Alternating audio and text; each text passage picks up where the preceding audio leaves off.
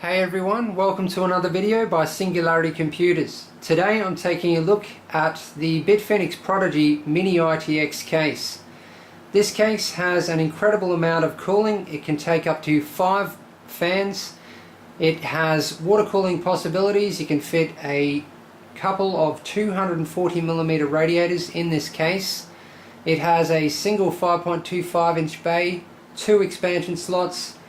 It can fit up to 5 3.5 inch hard drives and up to 9 2.5 inch hard drives. Now included with the case you get a quick install guide and also a whole bunch of mounting screws and components. Okay, now for a close look at the case. So starting from the top you can see the 5.25 inch bay and moving down a Bitfenix logo. The front panel of the case is made from plastic and it's the Bitfenix soft touch material. Now there's actually fan mounts behind this front panel, but there's not much ventilation in the front panel. Well, there's none in the front panel itself. There's a little bit around the outside, as you can see. So just small slots cut into the black plastic strip that goes around the outside, and this feels like the same soft touch material also. It's quite flexible. The front panel itself is actually very thin and it can be removed, it can be popped off. The case has these shock resistant pieces at the top and the bottom, on the back and the front, and you can pretty much drop the case onto these things. They're flexible, they can definitely handle a lot of weight, they're very strong. Okay, looking from the top of the case you can see the shock resistant material. It goes all the way around the outside, and just to give you an idea of how flexible it is, I have to put a fair bit of pressure on it to do this, but that's certainly not going to have any trouble absorbing shock. It would make this case perfect for a compact LAN build. And on the top panel here we have a large ventilated area, and there's actually a switch at the back here, and you can remove this top panel. It's a little bit difficult to get your hands under it, but that just comes completely off. And you can see there's two 120mm fan mounts underneath it, and a radiator can be mounted in that position. So just a look at the top panel cover, it's dust filtered. Okay, as you can see the side panel is ventilated, and the ventilated area is quite large. It will go right across the bottom of the graphics card, so it's in a perfect position to give ventilation to your graphics card. And it also goes across the front of the hard drive bays, so I'll show you all of that shortly. But the ventilation is definitely in a perfect position. Okay, looking at the back panel of the case, starting from the top you can see a 120mm or 140mm fan mount. Then on the right hand side you can see the 2 expansion slots. They're ventilated, and here you can see there's a slider with a thumb screw on it, and then we have the 2 thumb screws for the expansion slots. And moving down you can see it's a horizontally mounted motherboard, so you can see the motherboard tray in there is horizontal, and this is the back I/O panel area, and at the bottom of the case you can see the power supply mounting area. So it takes full ATX power supplies, and it has a power supply mounting panel, so you need to remove the panel, fix it to the power supply, and slide the entire assembly into the case, and then tighten these 4 thumb screws. Okay, looking at the rear side panel of the case you can see that there is no ventilation whatsoever. It's just a blank side panel except for the front panel connectors. So we have USB 3, 2 of them, microphone and audio, and a reset button. The reset button feels fairly high quality, it doesn't move down very far, it's very firm. And we then also have the power button, which is similar. Now the case is made from steel and plastic. So the front panel is plastic, the top panel is steel, both of the side panels are steel, and then this shock resistant material on the top and bottom of the case is some type of thick plastic. All of the plastic on the case is the Bitfenix soft touch material, and all of the steel panels are powder coated. And the case comes in black and white. Okay, just to look at one of the side panels. It's extremely strong and sturdy. The material is a lot thicker than usual. There's absolutely no flex in the side panels whatsoever. And you can feel they're quite heavy, mainly because they're steel. You can see there's a lot of folded material here. There's certainly a lot of strength in the design. I mean, you could drop this thing and it's not going to bend. Okay, now for a look inside the case. So as I mentioned, it's a horizontal motherboard tray, and it's right on top of the power supply mounting area. This case only fits Mini-ITX motherboards, so you can see the mounts are inbuilt, and there is some large slots here for cable management on both sides of the motherboard tray, so you're not going to have any problems bringing up all of the cables to connect to the motherboard. Now, you're fairly restricted as to what size power supply you can install into this case. As you can see, you can install up to a 180mm power supply, but that includes the cables coming out the back of the power supply. So if it's a modular power supply you're installing, you're going to want to leave at least probably 30mm for the cables to be safe. So really, you're restricted to a 150mm power supply maximum. So just to look at the power supply mounting area, you can see the ventilation in the bottom, and also slots on either side for the cable management. So there's one at the back and one at the front. And on either side of the power supply mounting area, it's open. So as you can see just here. Now for a look at the hard drive bays. So there's 5 3.5 inch or 2.5 inch bays, and then there's an extra 4 2.5 inch bays. You can bolt a 2.5 inch hard drive onto the bottom of the case, and I'll show you the rest of the 2.5 inch bays shortly. So I'll just slide out one of these flexible plastic bays. You can see the mounts for a 2.5 inch hard drive, and it basically, you just flex this open and pop the hard drive into it. Now the top hard drive cage can be removed. It's just a matter of squeezing together these two plastic tabs, and it slides easily out of position. Once you've done that, you can install up to a 320mm graphics card. You can see the construction of the hard drive cage is extremely strong and sturdy. It's all steel as well. There's plenty of ventilation through it, well, a moderate amount of ventilation, because there is fan mounts at the front of the case, so they can give ventilation to the hard drives and blow air right across to the motherboard.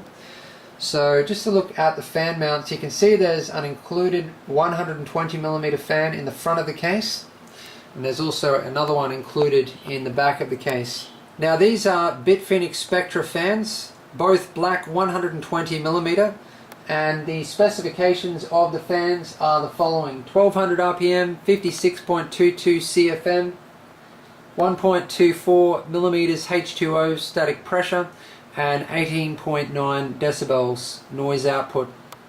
They have a 3-pin connector, black cable. It's not sleeved, but at least they're an all black fan. They're actually not a bad looking fan, and at 18.9 decibels they're extremely silent.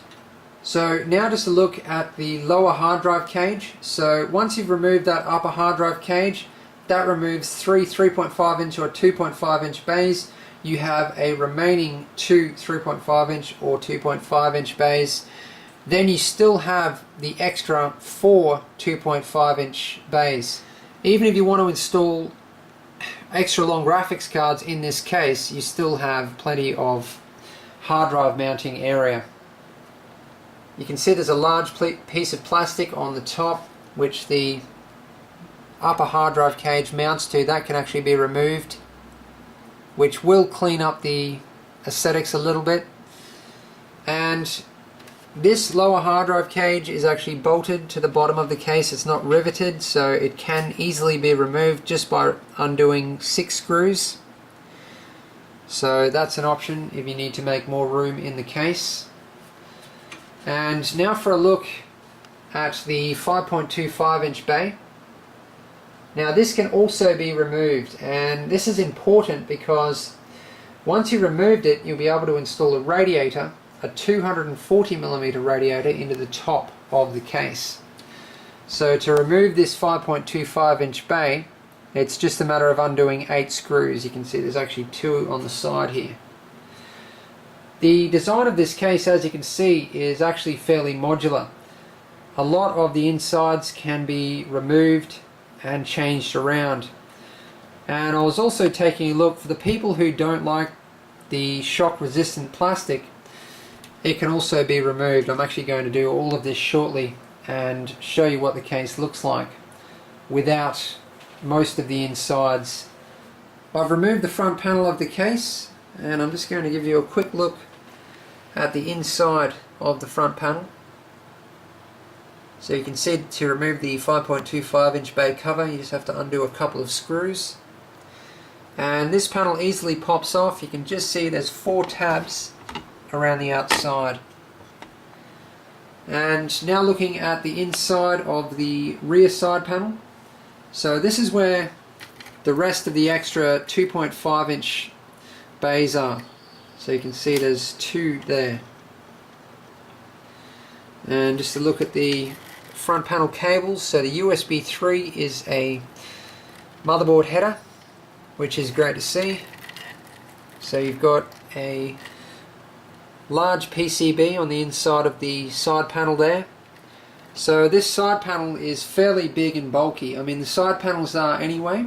They're, you know, thick and heavy, being steel, but then you have all of the extras on this rear side panel also. Once you've added hard drives, it's going to add quite a lot of extra weight to this side panel. You can see these hard drive bays can be removed just by undoing a couple of screws on either side.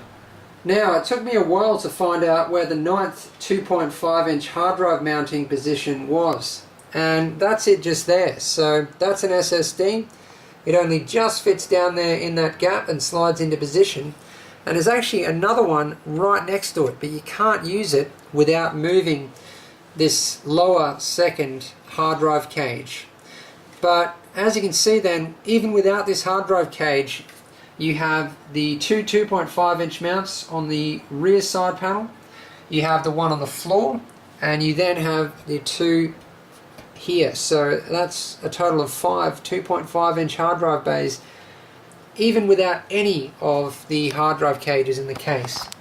So you can just see the mounting holes just there.